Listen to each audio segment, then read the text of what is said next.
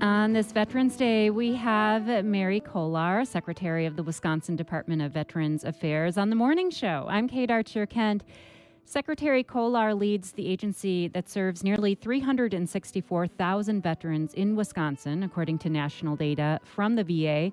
There are almost 20 million veterans in the U.S. Are you a veteran? What issues are you facing today that you need help with? What questions do you have about how federal pandemic aid has reached veteran services and organizations? It's 800-642-1234. Secretary Mary Kolar, welcome back to the Ideas Network, and thank you for your service. You're welcome, Kate, and thank you for having me on the show today. It's a pleasure to be with you. Let's start at the veterans' homes, Chippewa Falls, King, Union Grove. I'm looking at the latest memos that came out this week. Visits are temporarily suspended at Chippewa Falls due to COVID cases with staff. King has 3 cases, all staff. Union Grove has 18, mostly residents, some staff. What do you think of the situation heading into winter? I'm so glad you asked that because I ask, I'm pleading, I'm encouraging whatever I can do to encourage people, if you haven't been vaccinated, to get vaccinated. Those numbers that you've just read just highlight the fact that we have a vulnerable population, a population who live in a home and they depend on the staff that come in. We have a vaccination rate that's almost 100% at our Chippewa Falls facility. It's over 65% of our staff at our King facility, but it's much lower at our Union Grove facility. And I'm just, again, we have asked multiple times, we're encouraging, and I don't know if you're aware of, we are CMS certified. Mm-hmm. And so CMS is saying that before the end of the year, that staff must be vaccinated to be able to get the funding that we get from the federal government. So because of COVID positives and because of our anticipating losing staff when this mandate becomes a reality, that we have to limit the amount of people that we can have in our homes. So the solution to that is for everyone, but particularly staff who work at skilled nursing facilities like our veterans homes, to get the vaccination. We can see how we fought against this pandemic for so many months with the vaccines that are available. Now booster shots are available, and we are offering those to our residents and staff soon. So again, thank you for asking that. And I encourage everyone, please, to be with your families by Christmas time. Be vaccinated. Get the vaccination now, please. Staffing, I wonder, in jeopardy here when I hear, a lower vaccination rate among staff. We've talked with nursing home administrators who are at the end of their emergency plans. They are in dire need of staff. And so What is your staffing situation at the VA facilities? So again, at Chippewa Falls, we're doing fine. That's a contracted facility. We're doing pretty well at King. The one that I worry the most about is Union Grove. We have closed a hall, reduced the footprint, if you will, so that we can reduce the amount of staff that's needed. That's one way that we are doing it. And again, as I mentioned earlier, also not taking in new admissions. So because of the virus, limiting the amount of people that we are admitting and reducing our staff. Does that mean there's a longer wait list? I anticipate there will be. We have a combination of factors that are impacting all skilled nursing, including veterans homes. What we have is a declining veteran population. Sadly, we've lost a good chunk of the World War II cohort.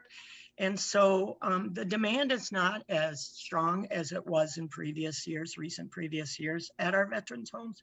So that is helping us, that the demand isn't as great. And also the federal VA is enabling and providing some funds to support caregivers so that veterans can stay in their own homes and have occasional medical care. I Aging in just learned from place. the federal. Go ahead. Yeah, What's that? I just said aging in place. Correct, aging in place. I just met with, I was up in Iron Mountain recently and learned from my federal VA counterpart, the director of the hospital there, that even that's a challenge with staff because they do need medical people to go check on the people aging in place sometimes. So this nursing healthcare shortage that exists before the pandemic has made that much worse. So like other skilled nursing facilities, we are, like you said, doing everything that we can to adjust to current situations and prepare for the expectation that all staff will be vaccinated. If you're just joining us, we're talking with Mary Kolar, Secretary of the Wisconsin Department of Veterans Affairs. You can join in. Are you a veteran? What issues are you facing today that you have sought help with? What is your situation in the pandemic? 800-642-1234. Let's move on to veteran employment in the pandemic. Veteran unemployment rate was 4.2% in October. That rose from 3.9% the previous month, according to Labor Department figures. What aid is being directed at helping Wisconsin veterans gain employment? Well, I was really pleased that he had the introduction of a previous interview that I did with the Wisconsin Veterans Chamber of Commerce, and they just had their conference yesterday. So it just highlights the fact of government, public and private entities working together to focus on hiring veterans. I was also just with the Department of Workforce Development and the governor recognizing businesses that specifically focus on hiring veterans. And it's just phenomenal to learn from the private industry what they are doing as they focus on hiring veterans. So again, I just want to emphasize for businesses looking to hire employees who are prepared for hard work, accepting responsibility, being held accountable, working as a team, often extremely good management and leadership. So again, as was in the clip, it's all of us working together, government, public, private, nonprofits, to encourage veterans to take advantage of the services that are available to them, whether it's through WDVA or the Department of Workforce Development, with nonprofits who are focused. I was just at a Heroes for Healthcare event, and they focus on helping medics and corpsmen transition to healthcare jobs, which is just wonderful now with that healthcare worker shortage.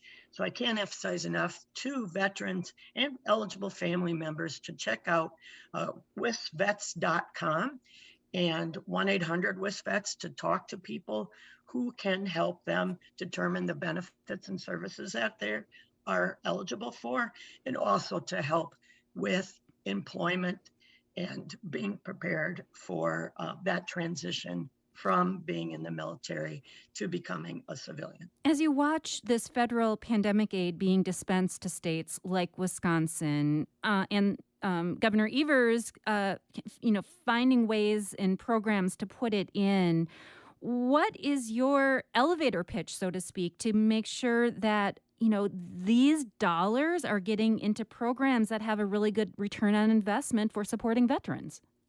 Yes, thank you. It's look at to see the application process and how your business or your program can use ARPA funds. We don't want to leave any of them on the table. They're available. I encourage people to apply and check it out and find out how they can be used in their specific, again, business or program. Wisconsin Department of Veterans Affairs Secretary Mary Kolar with us discussing resources and services on this Veterans Day. How are you honoring veterans today? What questions do you have for Secretary Kolar? Join in 800-642-1234. Back in a minute on the Ideas Network.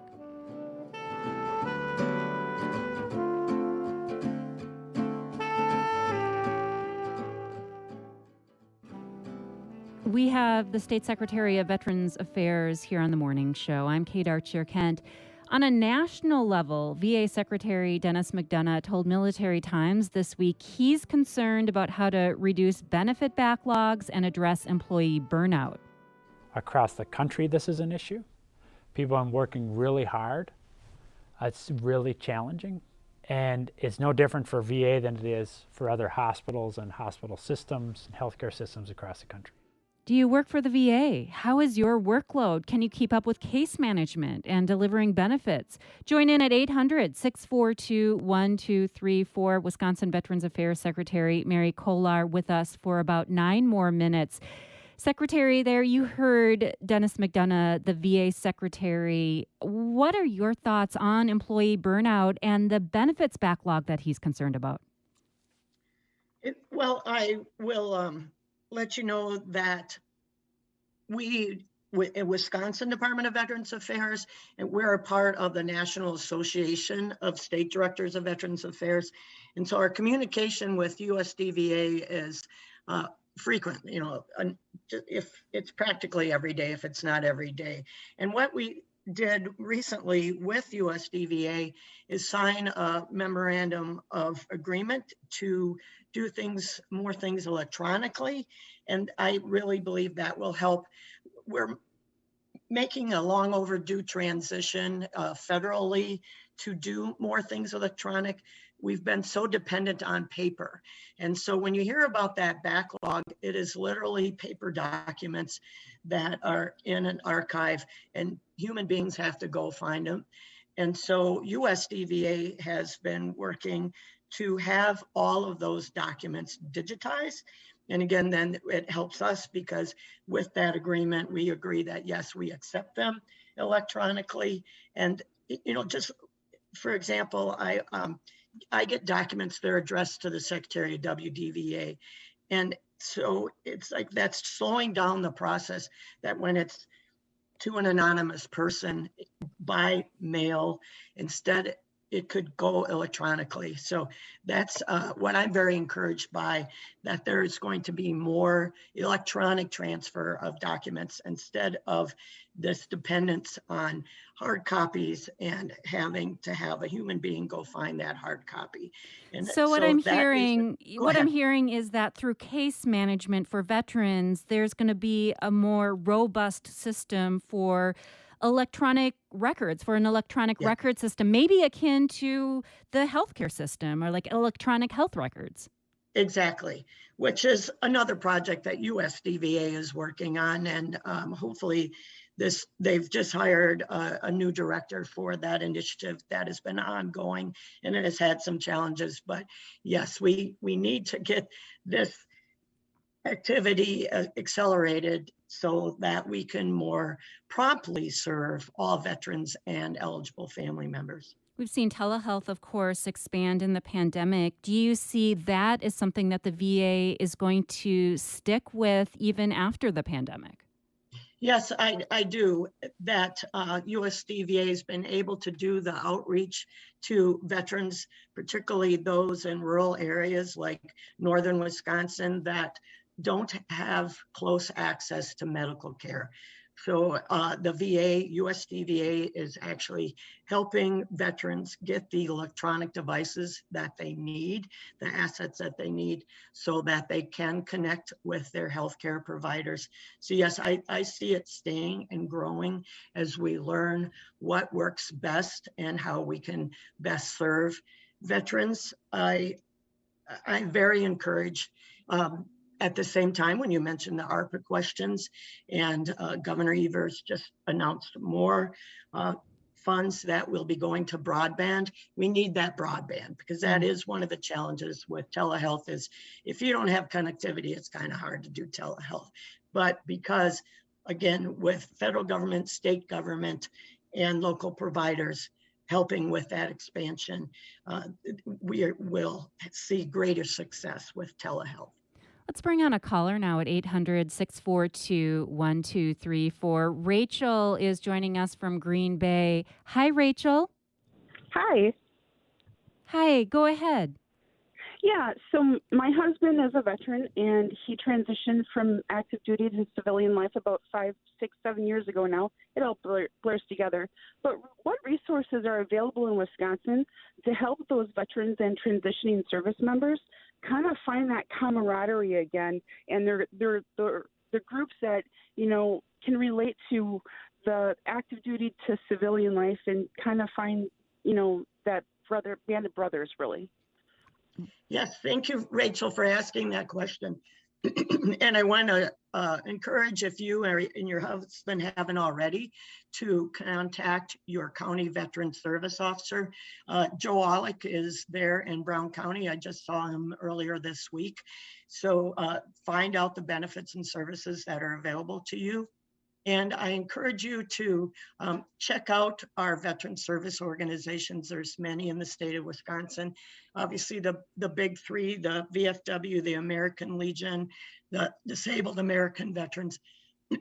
But find what works for you. I also encourage the nonprofits that exist throughout the state, where you'll find like-minded people who are out there to serve veterans and their community. It's been my pleasure as a veteran here in Wisconsin to serve with women veterans who are, organizations focused on women veterans organizations that are focused on, again, helping veterans find the services that they need, whether that's education, employment, a roof, and there's many out there. And I recommend starting with the county veteran service officer. Please call 1-800-WIS-VETS to talk to our benefits center personnel. It's out there, Rachel. I strongly encourage you and anyone you know to take advantage of the many benefits and services that Wisconsin has. We're known for being a generous state. And so it only helps if you take advantage of it, though. So please do. Rachel, thanks. In that transition, Secretary Kolar, to civilian life, there is a threat of PTSD being a major issue, stress management being a huge issue, affecting veterans across conflicts. And the VA says women veterans especially are more likely to experience some types of traumatic events that are associated with high risk for developing PTSD. What are you working on with veterans on the mental health front? We, Wisconsin, are a part of a national effort called the Governor's Challenge. And so working with USDVA, WDVA, and nonprofits, we are working to find sponsors and mentors for people who are transitioning, to connect them with people before they even actually separate from active duty. And that is going to help, we believe, with taking on those challenges, the mental health challenges. But that's, I said, finding employment, finding a home, that's what's most stressful. That can aggravate PTSD and other issues. So that's why we want to make that connection before the person even separates from active service. That program is being implemented right now. And again, it's such a pleasure and honor to work with it, because it's all of us working together. USDVA, WDVA, and nonprofits and others working to help people make that transition, to deal with challenges they may have, and to minimize those challenges. Well, mental health services can be in short supply, especially in rural areas, getting in to see a therapist. Have you found, as you work around the state, is there a backlog? Is there a wait time for veterans to get access to mental health services or therapy sessions? And sometimes there can be, and particularly with the USDVA, but it's make those phone calls. We will advocate on your behalf, the county supervisors or county veterans service officers, to make those phone calls. You will find comrades at the VFWs who will help, DAV, like I said, American Legion. There's people there to help. So that's what I hope everyone understands, that they're not alone. Please don't ever think that you are. There are people here to help. In the last few seconds we have homelessness, housing shortages we're seeing across the state. What are you Yes. doing in that area about veteran homelessness? So we have a program called Veterans Outreach and Recovery Program, and there's 11 coordinators throughout the state. They go and find the veterans. If they are living under a bridge or in the park, they go and they find them and they help them with case management. And again, working with others, whether it's county veteran service officers or local nonprofits, to help them get the help that they need. Also, we have our Veterans Housing and Recovery Program that we have 78 people who are able to take advantage of our programs in Chippewa Falls, Green Bay, and Union Grove. It is to help them transition. Secretary Kolar, thank you for joining us. Mary Kolar, Secretary of the Wisconsin Department of Veterans Affairs. News Update is next on the Ideas Network. For Native American women, breast cancer is the second most common death from cancer. We're discussing what can be done to address it with the head of the Ignace Indian Health Center on The Morning Show. I'm Kate Archer-Kent. For nearly a half century, the Ignace Indian Health Center has been serving the healthcare needs of Milwaukee's Native American community. How important is culturally sensitive healthcare to you? Is it important that your doctor understand your heritage, your background, especially when battling a disease like cancer? It's 800-642-1234.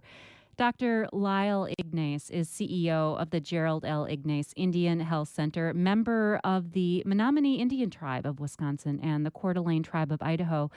Dr. Ignace, welcome to the Ideas Network. Thank you, Hannah. Thank you for having me. What are your insights from your many years in the medical profession as you see Native American women battling breast cancer? Yeah, this is certainly a devastating disease and certainly a surprise to all women who become diagnosed with cancer. It's come a long way. I've practiced in many different areas of the country, mainly around Indian health, and so it's never easy not only to let someone know they have cancer, but also having to walk them through not just the diagnosis, but also the treatment options. So it's never easy, and there are positive stories that do come out, but they're always very devastating. Why does the disparity exist with worse outcomes, breast cancer having more deadly outcomes for Native women? So, the principal part of screening is the early detection and prevention of breast cancer. And so it's important that all women of eligible age do get screenings as early as it's possible. And, probably the biggest reason is the late staging of breast cancer, and that really starts with the screening. Unfortunately, Native Americans have probably the lowest rate of mammography screening than all other races and ethnicities, and so that can lead to late staging. And when you say late staging, you mean a later diagnosis, that cancer has spread, that cancer has progressed. Yes, correct. Thank you for clarifying that. So that does lead for fewer options and more dramatic surgical and chemotherapy. And so that late diagnosis can certainly impact the long-term survival as well. The program manager at the Wisconsin Intertribal Pink Shawl Initiative has said she's heard people call breast cancer a white woman's disease. And I'm wondering, how does that sit with you? How do patients' perceptions of the disease affect your ability to serve Native American women in Milwaukee? Yeah, so, there's always an effort to assure and present prevention and screening and how important it is to age eligible individuals. And there's always discussions, good discussions, and we can always set people up. It is the hardest part between that discussion and actually having screenings done that make it so difficult, because there are barriers.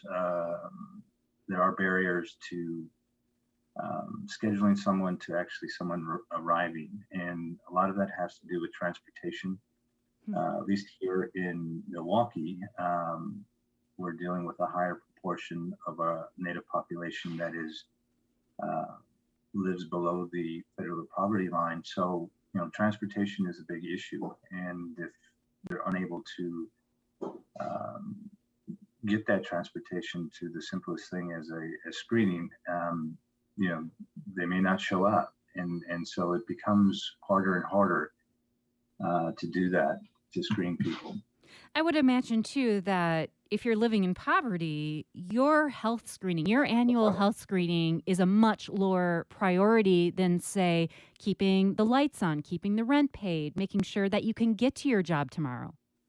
Sure, absolutely. And it all plays into the successful rates of screening. And one of the things that we try to do to reduce that is to set up a mammogram bus at our location every 3 months. And so we try to schedule people around not just their routine health visits, but also try to get them set up for their mammogram on the same day at the same location. So it's just one of our efforts to kind of reduce one of those barriers. Take us on the bus, if you will. What is it like, and how do you deliver those services? So we have a partnership with Aurora, and one of the buses, like your standard RVs, really big, and it has a waiting area. It has the mammogram set up, and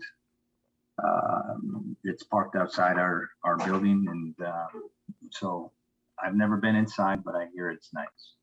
Yeah. And this bus then goes into particular neighborhoods, or how often? How is it used? Well, this is specifically set up for with the Pink Shawl and the Gerald L. Ignace Indian Health Center. So we coordinate our efforts to align and schedule our Native clients same day of routine visits with them, their mammogram appointment. If you're just joining us, we're talking with Dr. Lyle Ignace, who's CEO at the Gerald L. Ignace Indian Health Center in Milwaukee.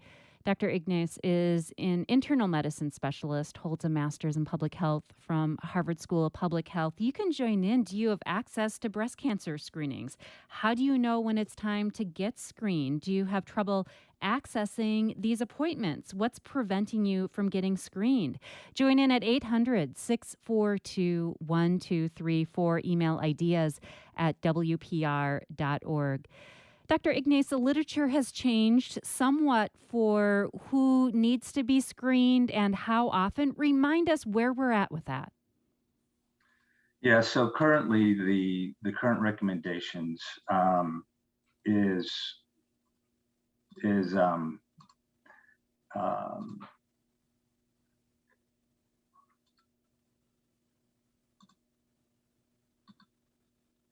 Are you still there, Dr. Ignace? I think we're having trouble hearing you. Dr. Ignace, are you still with us? Yeah. Oh, I'm sorry. Okay. Yes, I was just asking if you could help us understand when is the appropriate time to get a screening, a breast cancer screening. So the appropriate times, I'm trying to recall the numbers. Give me a second. Oh, that's okay. I wonder, as you bring those numbers up, one thing that the Ignace Indian Health Center has done is holding talking circles, and they're similar to group therapy sessions. What is the significance to doing these talking circles that, for Native American women experiencing breast cancer? Yes, this is really an important part of introducing culture and tradition, especially for Native women, in particular people who are survivors of cancer. This is really integrating the spirituality and the mental healing of not only the journey that women have to go through, but there's also people, of similar background and maybe tribal background, and it allows for real talk, real discussion, and spiritual healing and ceremonies that help women not just come to terms, but I think also come to peace and harmony in not only the diagnosis, but the treatment that they all can share together. So this is really important that we have a Native setting to help establish this. I would imagine too to realize you're not alone in this disease, and you're not alone in this diagnosis, and that you can share that with the talking circle. Yes. When you look at men and breast cancer screenings, what do you talk about with your male patients? So, like I mentioned, the early detection and prevention of cancer is extremely important for both men and women. Rarely, breast cancer does occur in men. So any abnormal, bumps or masses that males may feel, that would, certainly don't be afraid to bring this up, because in that rare case, it certainly could be a male having breast cancer. So that, when you go to your routine visits, please talk with your doctor and be honest about all your aches and ailments, including any bumps or lumps. We're talking about how Native American people battle breast cancer with internist Lyle Ignace, who leads the Ignace Indian Health Center in Milwaukee. Do you have access to breast cancer screenings? Do you know when it is time to get screened? Are you a survivor? What support was key to you as you battled cancer? Join in any point, 800-642-1234. Back in a minute with Dr. Lyle Ignace here on the Ideas Network.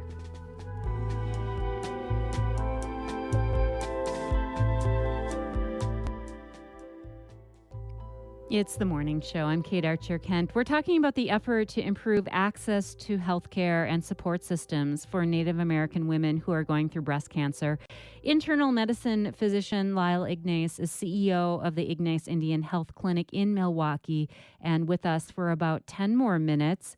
Dr. Ignace, I want to ask you about the clinic. You were right around 4 years old when your father, Dr. Gerald Ignace, established the then Milwaukee Indian Health Clinic, and today you've stepped into your father's shoes as CEO of the clinic. What have you learned from him? What has he passed on to you in medicine and in life? This is so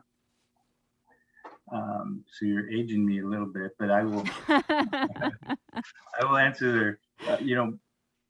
One thing about growing up in regards to my father is that he's been a tremendous mentor. He's always been involved in Native health, and so that was part of my growing up and being around not only individuals, other health professionals as peers and mentors, but he has certainly helped enlighten me in how important health is, not only to family but also to natives, and that has grown into a love and a passion that I have in addressing health disparities in natives, and that has been with me ever since I decided to go into medicine, and that has taken me to several places to New Mexico, working on the Navajo reservation, to going back to school in Boston, going to headquarters and Indian Health Service in Rockville, Maryland, and coming back to Wisconsin here and bringing that home and taking all the knowledge that I've experienced and seen and being able to apply it for natives here in Milwaukee. He really stressed education to you.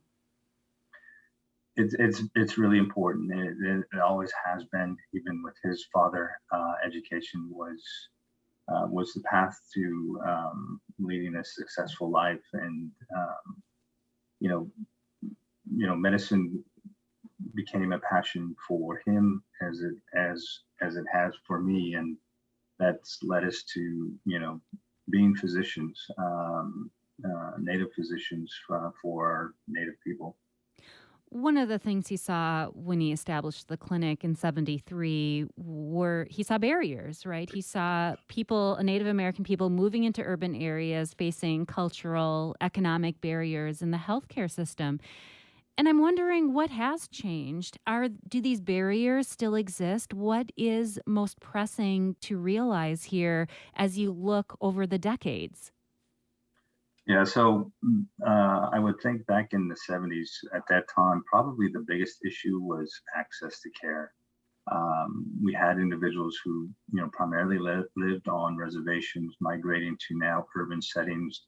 And, as individuals get older, obviously, health conditions become more prevalent. And as a result, you need a healthcare service. And having insurance was also a big issue. So being able to offer health services and accessible services to a native population that is uninsured or underinsured was extremely important, especially with the health disparities that existed that have continued to persist even to this day. That continue to persist to this day. And I'm wondering, when you do have patients who lack insurance or who say, I don't know how to pay for this treatment. I don't know where to go from here in seeing the specialists to getting the insulin, right? Or how to manage the high blood pressure. How do you approach those barriers? Well, I think today, certainly with the Affordable Care Act and individuals being enrolled in state with third-party coverage now, especially with Medicaid, that has helped our Native community greatly, especially with the ability to have access and be able to manage costs related to chronic conditions like diabetes, like cardiovascular disease. And even have the ability to see subspecialists now. And so that has changed, especially in the last, 5 to 6 years, and will have a dramatic impact, not just on the management and chronic care, but also long-term looking at improving Native life expectancy. I want to pick your brain about the pandemic for a moment, because in addition to being an internist, you have that strong public health background. What insights have you gleaned in the pandemic about how we are handling COVID? Yeah, so as this pandemic has rolled out, I'm sure everyone is well aware of the impact of the elective procedures that were canceled early on.